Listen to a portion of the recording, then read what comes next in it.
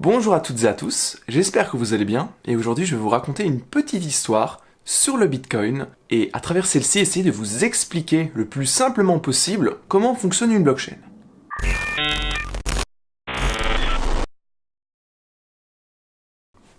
Il était une fois, en 2008,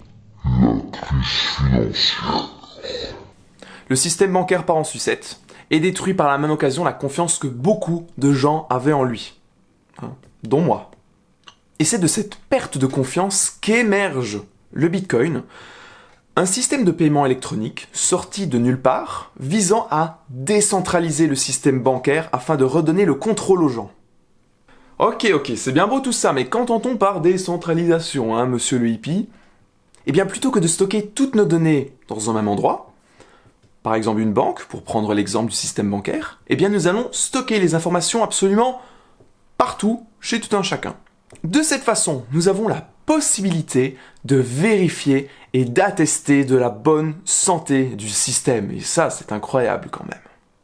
Ok, c'est très bien tout ça. Mais maintenant, imaginez tous les transferts de paiement électronique que le Bitcoin doit prendre en charge.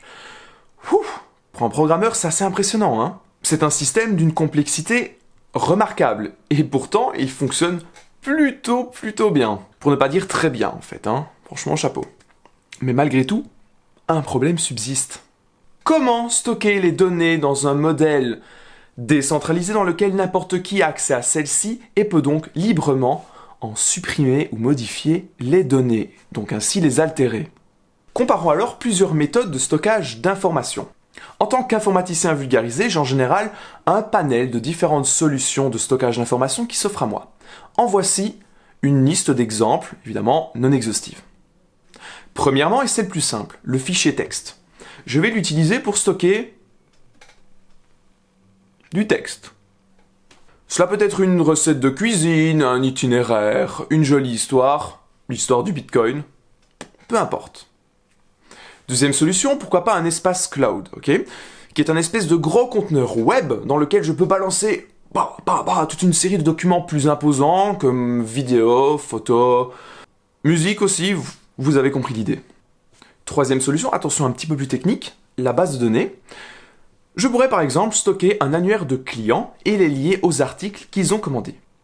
De cette manière, je peux aisément faire une recherche en lien avec plusieurs éléments, comme par exemple sortir la liste des clients ayant acheté le produit A dans la couleur rouge. Quatrième option, pourquoi pas une blockchain, qui, de par sa conception, a la particularité de stocker de l'information pour toujours. En effet, une blockchain ne permet que l'ajout d'informations.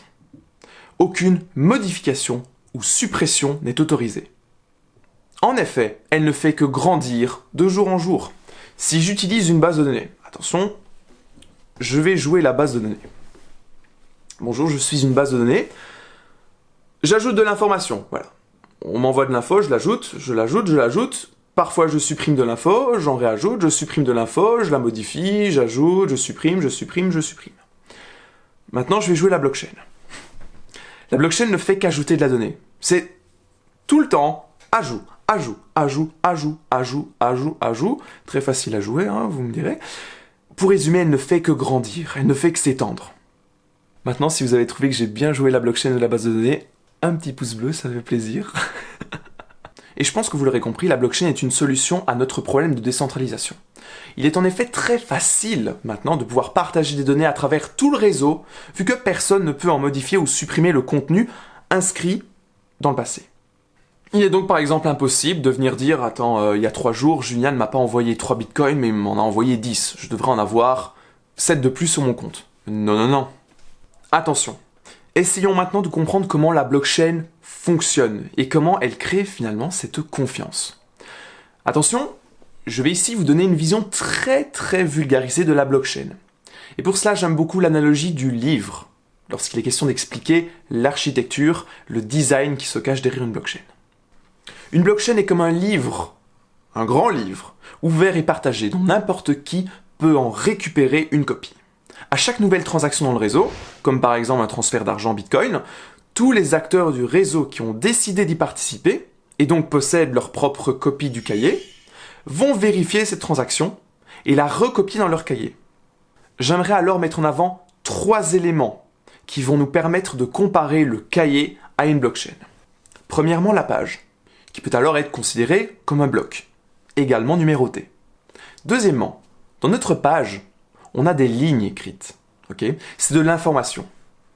Et l'on appelle ça des transactions dans le vocabulaire blockchain. Pour reprendre l'exemple du Bitcoin, ce sont des transferts d'argent du type Thomas a envoyé 5 Bitcoins à Julien.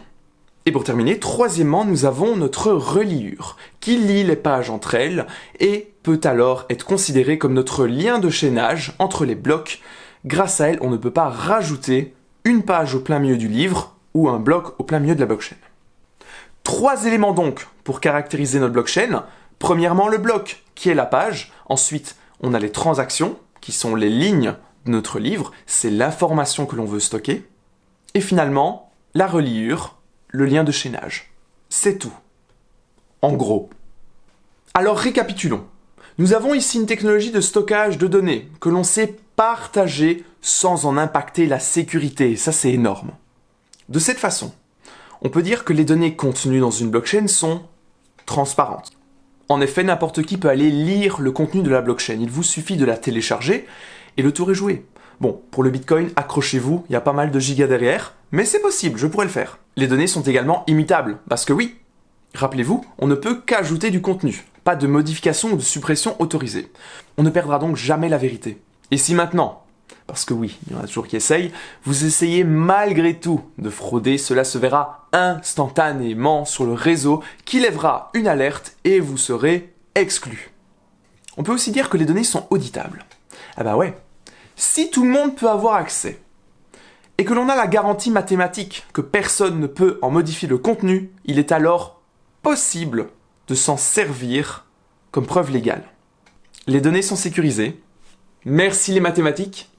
C'est elles qui vont permettre ce fameux lien de chaînage entre les blocs et ainsi empêcher toute modification ou suppression de contenu. Et enfin, nous pouvons aussi dire que les données sont disponibles à souhait. Merci. Parce que oui, si tout le monde possède les données, je ne suis plus obligé d'aller tout le temps toquer à la même porte. Bonjour madame la banque, j'aimerais bien avoir le solde de mon compte. Non, je peux aller chez le voisin de gauche par exemple. Bonjour voisin, j'aimerais bien le solde de mon compte Bitcoin. Ah mince, il est en vacances. Dans ce cas-ci, pas grave, je vais chez le voisin d'en face.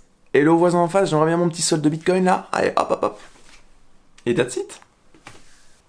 Dans le prochain épisode, nous verrons d'autres cas d'usage de la blockchain. Parce que oui, s'il vous plaît, il n'y a pas que dans le domaine bancaire que l'on peut mettre une blockchain. Non.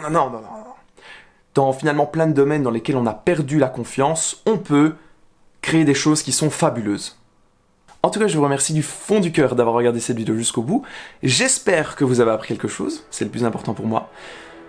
Et je vous souhaite une très bonne soirée, nuit, après-midi, tout ce que vous voulez. À la prochaine, bye bye.